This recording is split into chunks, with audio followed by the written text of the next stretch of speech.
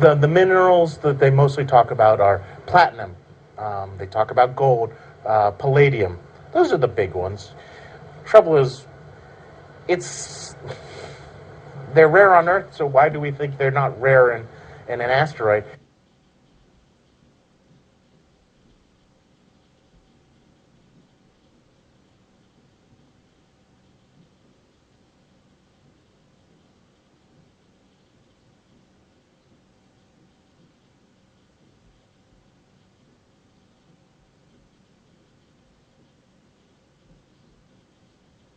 Well, they're looking for metal and water.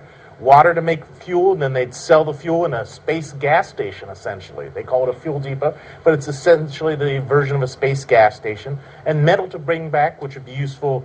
Well, the gold is just, it's a currency. The rest of the metals are for high tech.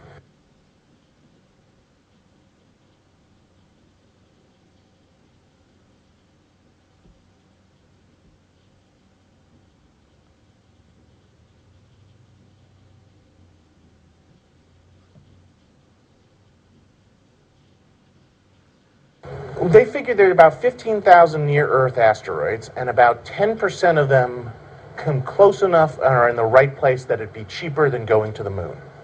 So that's 1,500. And then about 10% of those are likely to have the water and the metals they want.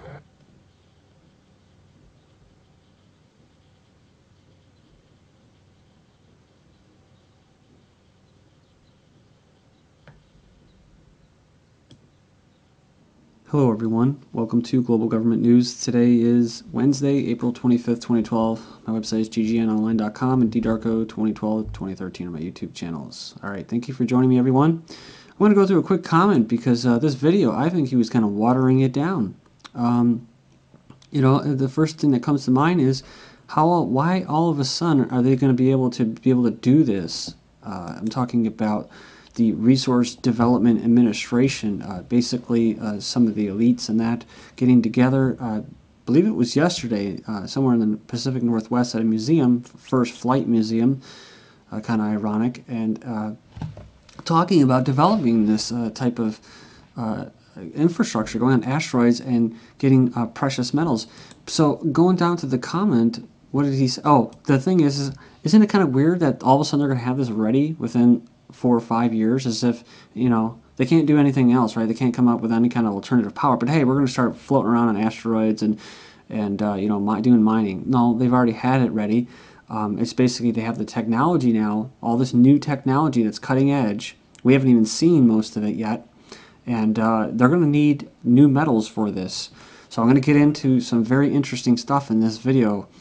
It says here, what he forgot to say was there is a possibility of finding new elements yet to be discovered. That's right. He kept talking about metals that we already knew of. We're talking about new metals, possibly. One of them was when I was talking about the moon, was helium-3 and that, getting into plasma energy. So gold is sold as an electronic conductor more than a currency now, and I'll get into that as well. Basically, that I think the elites are done with gold. I think they're going to leave it, all these people that do still have gold, besides the gold that was confiscated mostly during World War II and is being held by the IMF right now, is going to be in what, Patriots' hands, and they're going to think that they're going to be able to barter with it. Well, it may be worth, like in the Twilight Zone, it may be worth nothing. Water may have more value than gold, right? So, but if you go to South America, what do they say? They say water is more valuable to us than gold, referring to basically how the globalists go in there and they're stealing the resources. They get a little sellout puppet to represent them and sell out all the tribes and the indigenous people, and they're killing their water supply. But besides the discovery, quote, discovery of water underneath Africa, wink, wink, they're also coming for the United States of America, the corporation of the USA's water as well. Obama quietly seeking to cede U.S. oceans to United Nations law. So it goes on, it says, Obama's ambitious plan for stepping up government regulation of the oceans includes an unreported effort to cede U.S. oceans to United Nations-based international law. WND has learned, says the plan was previously a pet project of Secretary of Defense Leon Panetta, whose ocean zoning scheme was partnered with the globalist group that also aimed to hand over U.S. oceans and their sovereignty to UN governance. So yes, this says here shock recommendations buried in White House report. So another thing that's kind of been buried, I just mentioned this on Sunday to somebody, and then lo and behold, on Monday, out it came, and more quote fake bonds. Right, Italian police seize 1.5 billion U.S. securities from, I guess, man. That's supposed to say they didn't even finish it. The typo there. So in such a hurry to just kind of put it out there and just bury it, right? So it goes on here, says the Italians financial police seized U.S. government securities with a nominal value of 1.5 billion from an unidentified man in his 70s. There's, I guess, he's the fall guy. It says here the police said they also took certificates of deposit for about 1,000 tons of gold, which together with the U.S. bonds are worth more than 3 billion euros. So it says they were found in a briefcase in the man's car near Rome. Again, they're always found in someone's car because of their doubtful, in the man's car near Rome because of their doubtful origin, according to the statement. The man has previously had convictions of robbery, extortion, blah, blah, blah, money laundering. So it says here the probe dubbed $1 Million is being carried out in and around the Capitol in cooperation with officials from the U.S. Embassy. So this has to do with basically the United States, which is a subsidiary of the basically the British Empire, Britain, which is a subsidiary of the Vatican and Rome, right? So of course they're going to be working with them to get rid of these. They're basically evidence, is what they are. I've already mentioned this before about all this gold during World War II that went from mostly China and other countries to the Federal Reserve System. They issued them these treasury bonds, securities, and now they want them back, and now they're just floating them out there very quietly like this, saying that they're fake bonds. Well, they're destroying the evidence, guys, and it is possible that gold may just really lose its value. And so that's why they're finally just, it's kind of like showing your cards, the elites are. Because, well, people are catching on to it. I think there's the Dragon family lawsuit and that. You got Benjamin Fulford, who God only knows what he's doing now, but he's been talking about this, and David Wilcock and that. So I'm not really sure how credible those individuals are, but there does seem to be something here. And if that's true, then gold might, and they've been hoarding gold. I have this too, the hidden role of gold at the IMF, that when these basically the powers that be, I mean, their little minions are like James Cameron, all these people that put out this propaganda, like Avatar and that.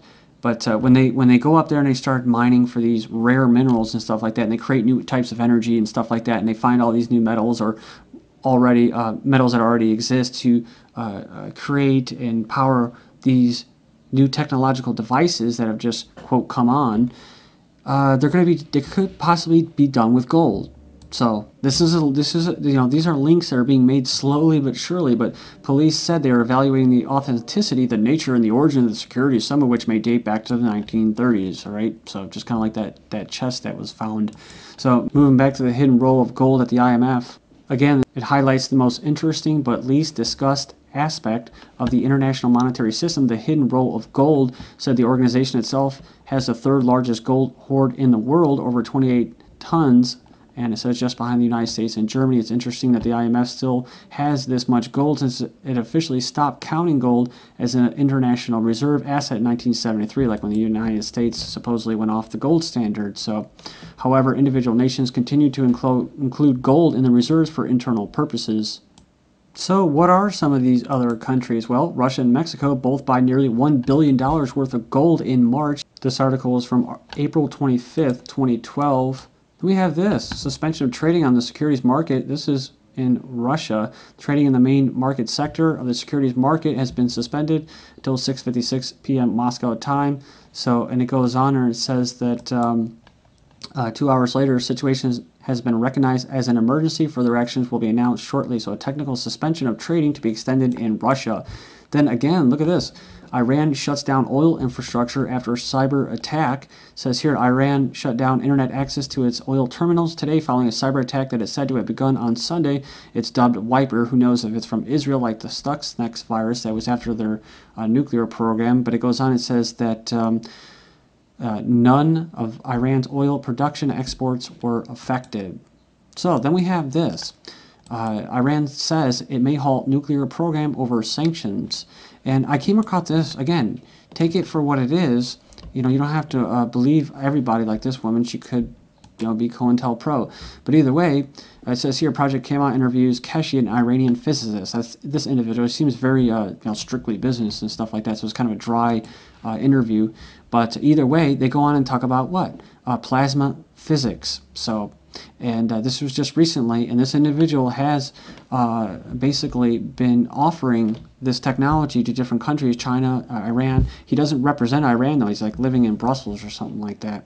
But he said since he left in the 70s, Iran's scientists, the number of scientists has grown exponentially. So who knows, maybe they're open to that technology now. Measures needed to end UK's late payment culture. So as it goes on, it says that the government must unite to tackle UK's late payment culture, which has become a major problem for almost a quarter of small companies. It says fear of being blacklisted for future work means that rules which allow companies to charge interest for overdue bills are underutilized. That's what I refer to as kicking a man while he's down, with a smile on your face saying, thank you for being our customer, thank you for your business. So moving on here, sinking to new lows, debt collectors are going to hospitals. That's right, they're sending agents into hospital emergency rooms and post-op recovery rooms to attempt recoveries. The author goes on and says, at least the collectors are not showing up at funerals of debtor patients whose hospital visit did not go quite well as expected, at least not yet. Jailed for $280. This goes on and it says that this woman, a teacher's assistant,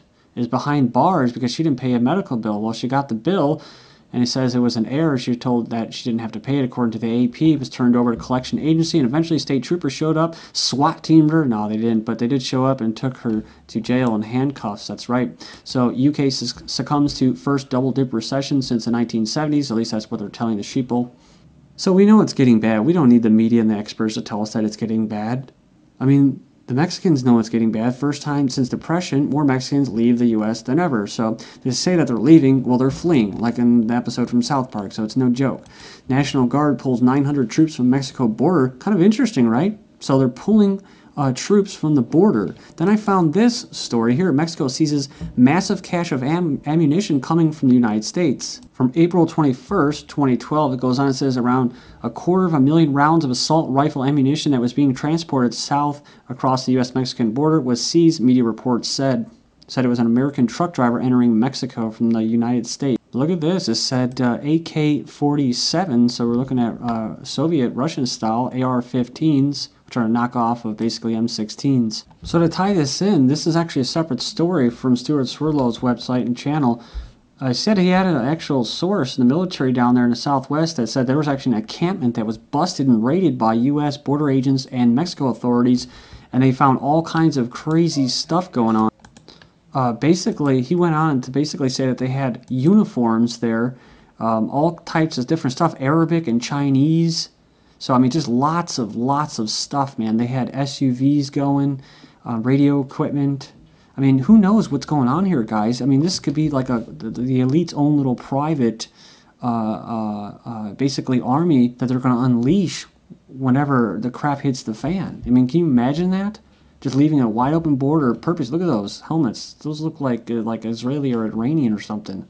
Like, can you imagine that? All these, yeah, I know there's a lot of Americans are armed and stuff like that, but at the same time, look at the American government is stocking up on ammunition. Department of Homeland Security and all this. They're getting ready for something too.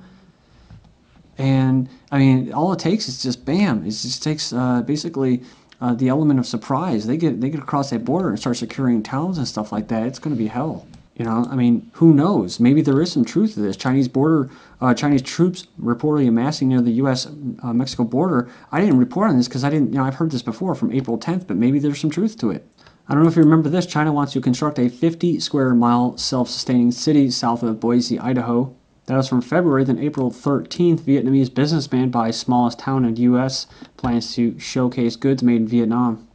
So I'm just going to leave that here. I was going to try to squeeze it in, but this is some really important information. So I'm going to go through about the elitists, the globalists trying to get rid of these family farmers, whatever is left of them, and just install these little air traffic control centers in the middle of these fields run by Monsanto, having drones and barbed wire fences. I covered that in Battle Cry for a Planet of Victims. And then I'm going to go into what it ties into, big plans, bold innovations for what?